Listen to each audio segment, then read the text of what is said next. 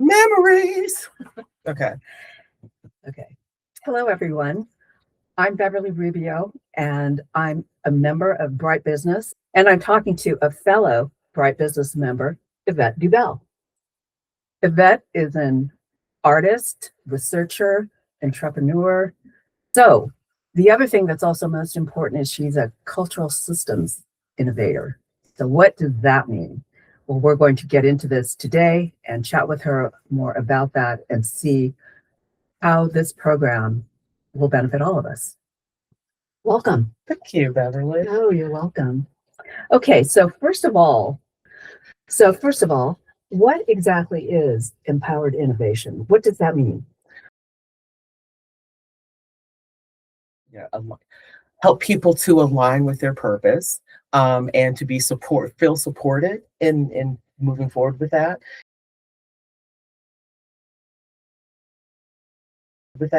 And then your evolution, your progress, and making that a conscious process. Because I really feel like at this point in our human journey, that is the call, is for us to become conscious of our own personal evolution for innovation.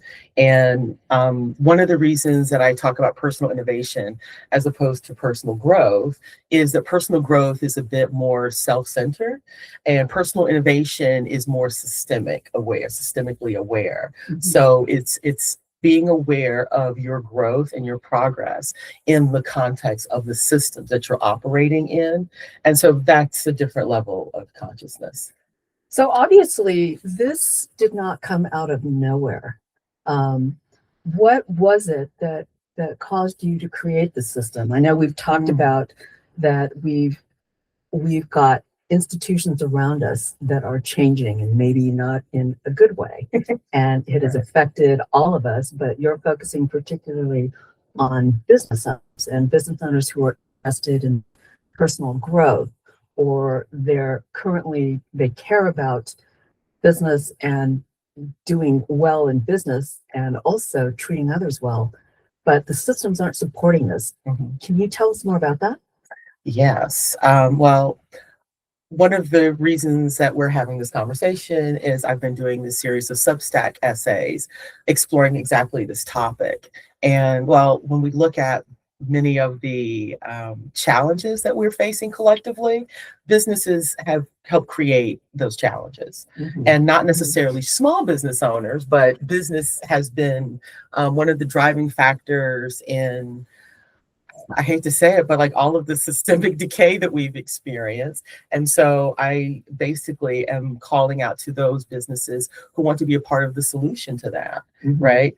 One of the things that I often talk and think about is, why have we been conditioned to only imagine a dystopian future? And I think that businesses have a lot to do with that, in terms of having hope, seeing tangible ways and paths forward. And I think that small and mid-sized businesses, they're the life raft, in this sort of tsunami of chaos that we're dealing with. And I think that when public leadership fails, there's an opportunity for the private sector to step forward, right? And in these essays, one of the things that I'm calling attention to is the ways that business success is dependent upon this public infrastructure that has been dismantled intentionally for the benefit of, I guess, our current billionaires. Okay, that's an interesting observation. So tell us more about that. And I'd really be curious too, who exactly, when you say business, that's a broad term, but whom do you mean when you say business dismantling our structures versus those of us in business who are perhaps not of that large structure? So I think that most people have been largely just disengaged from this whole infrastructure. Civic engagement, I guess, is what we call it. So what I talk about is the ways that deregulation and efficiency cuts have been used, and I air quotes because it wasn't efficiency. But when you look big picture at what's good for all of us, a lot of these things don't make sense. Let me interrupt you there. But business's response would be, well, we're improving the economy, as the tide rises, all boats will lift with that tide. Isn't that true? Okay, so before I answer that, do you remember the movie Don't Look Up? Yes. Do you remember businesses' response to the impending doom? So for people who don't know, in the film Don't Look Up, there's an asteroid heading towards Earth, which is going to destroy all life. And the billionaires decide, they send a probe up and decide that they realize that there's minerals that they can use to build, technology. And so they want to mine the asteroid for that, but not, they miss over the fact they disregard that life is going to be destroyed. And so I think that dismantling EPA regulations, environmental protections, for example, for the sake of business efficiency, is very short-sighted, because your business cannot thrive if the planet is destroyed. If your community is in shreds, so even when, let's look at what's happening in Minneapolis and the what was it, the mass, what am I trying to think? The strikes, like that, the mass walkouts that happened. Yes. And the businesses, the small businesses that got on board with supporting the community by shutting their doors, they took a hit to stand with their community. Now you look at those businesses that have been upholding the fascist regime and the hit that they are taking as more people try to galvanize customers and clients and colleagues and family and friends to leave those businesses. So I think that to take that approach is very short-sighted. I guess that's the simple answer. You have to look at the broader context of success for your business, and that requires a community that can support your business and that wants to support your business. And engaging in this civic engagement that I'm talking about is not, this should be a core part of corporate social responsibility that all businesses of all sizes. Another example I would give you is, because you specialize in AI, we talk a lot about AI servers. And I think Florin, our Bright Business founder, posted a really great article about how AI servers, the energy is being subsidized by the community. The businesses, the biggest businesses, were able to go to the utility commission and gut the previous regulation so that they could get what they want. So this is another example of what I'm talking about. When you look at people like Elon Musk and Jeff Bezos, they take advantage of these subsidies, tax benefits. They hijack this local infrastructure to support their enterprises, but then they dismantle it so that nobody else can benefit. Let me respond to that, Yvette. I'm a small business owner. What can I do? I feel so helpless. What can I do other than in my small personal things that I do in my life? But I'm a small business owner. What if I'm concerned about my clients or my customers? I mean, how can I affect change on any sort of scale at all? Absolutely. Okay. So one thing I would point to is we live in California. Homelessness is a big issue for everybody. It affects people's business. I know that businesses downtown have been very concerned about that. I don't agree with your approach to what they've done, but one thing that businesses in Riverside could do is pressure the city council to accept their grant that they just turned down to address homelessness. That's free money that could be used in our city to address homelessness that they said no to. But the current system of just arresting people for being homeless is just helping them dig themselves into a hole. And anyway, we don't even want to go down the rabbit hole of that, but I'm saying, so that's one. The other one would be economic development. Economic development has a huge impact. I mean, obviously that's an issue that affects businesses. But I don't know if you remember last year when maybe it was 2 years ago, that I first got involved with the Economic Development Planning Committee here and for Riverside County. And I sent out the survey to you and a bunch of different people. And when you guys participated in that survey, what we accomplished was getting entrepreneurship on the map for economic development in Riverside. Oh, okay. So that was the purpose of that. So they do that plan. So that looking at ways to get involved with economic development in your region. So the Department of Commerce at the federal level, Then at the state level, there's another Department of Commerce type organization. But in every region, there are county organizations that are controlling and directing those funds in your community. And your involvement can help define what's even considered economic development in our county, in our region. You can help, shape what's on the map. What are they supporting?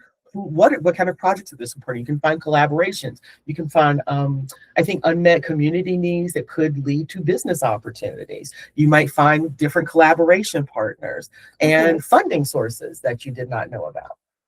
Okay, I like that. And I think that points back to something that's very important, especially for small business, is to have a seat at that table. Absolutely. Where decisions Absolutely. are made. Yeah. One of the things that I have been a big advocate for in these spaces has been supporting marginalized youth aging out of foster care and survivors of trafficking, and creating apprenticeship opportunities for them, and getting some. I worked with Florin with the Ontario Economic Development Initiative there, and have been engaging those small business owners and looking at their growth strategy, how this can help them with their growth strategy. So working with me to develop apprenticeships for these young people, where I combine my empowered innovation system for personal innovation with Florin's business accelerator to help prepare them, so that when basically the problem they're having is they're solo businesses and they can't grow because they're tied to their business. Yes. And so using this as a way to franchise, to grow their business, and to help these young people have economic stability because of the high rates of homelessness that we see with this population. That's one of the main reasons for focusing on this population, is the high degree of homelessness and economic instability, and of course, mental health issues. But this would help. This is what I mean when I talk about coming into these spaces and finding new opportunities that could support your growth in ways that you didn't think of, because I've been thinking about this for decades. I'm just looking for people, right? I'm just looking for people who are interested in how can my growth help somebody else. Okay, I like it. I like it. So that comes to the next question. So I'm an empowered small business owner, or medium size. Yeah. I have a good heart. My heart's in the right place. Right. I've got my personal growth and I want to expand it into my reflection in my business. So how are we measuring what is kind of unmeasurable? How does one in a business measure goodwill, good intent? There's got to be, as a business person, I want to see real world results. What are typically in business, they're KPIs, key performance indicators. Right. So what are those economic indicators in my business that are directly reflected by these changes that you recommend? So it would, of course, depend on what the business was. So part of it could be, how much time are you saving? How much time do you get back by implementing some of these things? Money that may be going towards, I don't know, I could say wasted money, but lost funds. The ability to recover some of that. Are you able to? Okay, so in terms of improving communication and trust within a business, and so I think there was this sales company, and they were, I think, like, their big client was like a cable company, and so they were filling the slots for the salespeople, like in Costco, to sell you like cable phone services, right, that kind of thing. And so they were having trouble filling this evening slot, which was like, that was the prime time to get people, the after work crowd. And there was somebody in their organization that knew exactly what the problem was, but they withheld that information. And so there was something that had happened months ago that had not been addressed. And it just kind of like, somebody was told, stay in your lane, essentially, in a meeting. And so because of that slight, they were withholding what they knew. And so basically the problem was that the best salespeople already had jobs, and they were looking for a part-time gig that started after their other job ended. And this shift started at 4. That was the problem.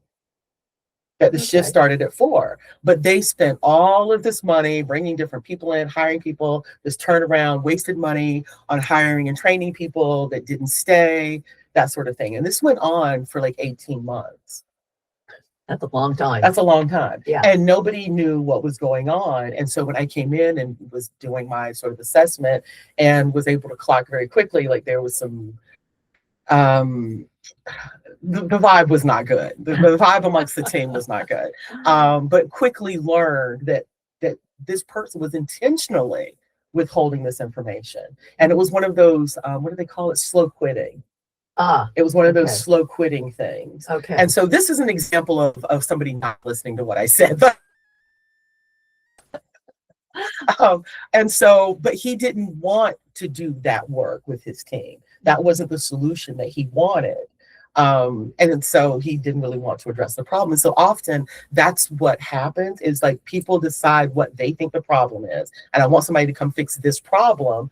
And when somebody tells you like, that's not the problem, this is actually the problem. I say, yeah, I don't want to do that. I want this. I want to solve this problem. They want to choose what problem to solve, even though it's not the correct problem. He wanted the problem to be, how do I get these people to fill this shift?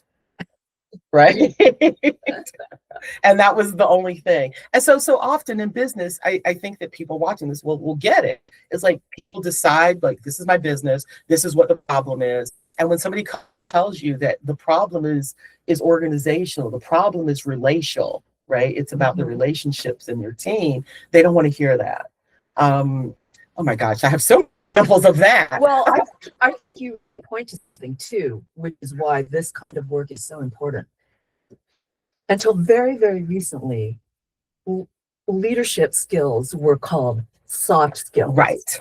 And so hence even the definition or implication by that phrase was that they were soft and therefore optional, whereas truly they're leadership skills and they make the difference between success and failure. Yes. And so companies are finally beginning to get that. It's often there's a phrase that's used called emotional intelligence or EQ. Yes. And companies, and I think the smaller ones tend to get it because it has a more immediate impact on their bottom line.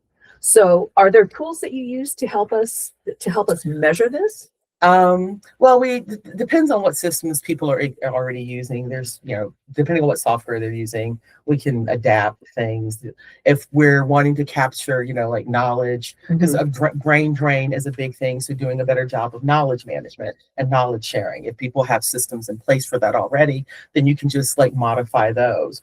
But currently, I think that most of those systems are being used in a more extractive way to train large model systems to replace people. They're not being used in this way that I'm talking about. But when I first started consulting, oh my gosh, I'm showing my age. We're not going to go down that road today. This is what knowledge management, I think, business intelligence tools and knowledge management software. That was more, I think the vision was more, making it so that knowledge wasn't siloed in departments, I think was initially the vision, but it seems like that's shifted over the years. So, I would say like you can look at what kind of systems you have in place, and those can usually be modified. Because a lot of what we're talking about is just people not tracking things that matter. Because this is the work that makes all the other assets function the way they're supposed to. Yeah. I loved several of these metrics that you mentioned here, cost of inaction. So first of all, identifying the problem, and then seeing exactly how much that lost opportunity has cost. And then one of the other one was talent retention, which is huge across business, all across the board. How do we retain our best talent? And by the way, is it strictly money? No, not even remotely. Especially with this younger generation of 30-somethings and younger, I personally have seen, I think maybe half a dozen young people that I know have left their jobs, and it was not about money at all. It was about, this is not a place that I want to be This is not a place that's aligned with my purpose, and it's not helping me to fulfill that sense of living a purpose-filled life or purpose-led life. And that was a reason for them to leave. And I think that one of the big things that people don't get why it's not about money is that this is a generation that saw their parents and the other adults around them buy into that old version of the American dream, where like we're all family, and you stay here and you buy a house and you get your retirement, all that. And because I think a lot of those people seem really unhappy. Some of those people, lost their jobs and the dream kind of was pulled out from underneath them. So they don't believe in that. And so that's not a thing that's going to keep them there. They know that security is an illusion. Okay. You've touched on a big theme for yes, these younger folks.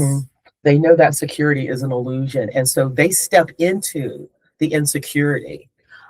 That's a big difference. Yeah. Generationally. They step into the insecurity with the confidence that I'll figure it out. And they do.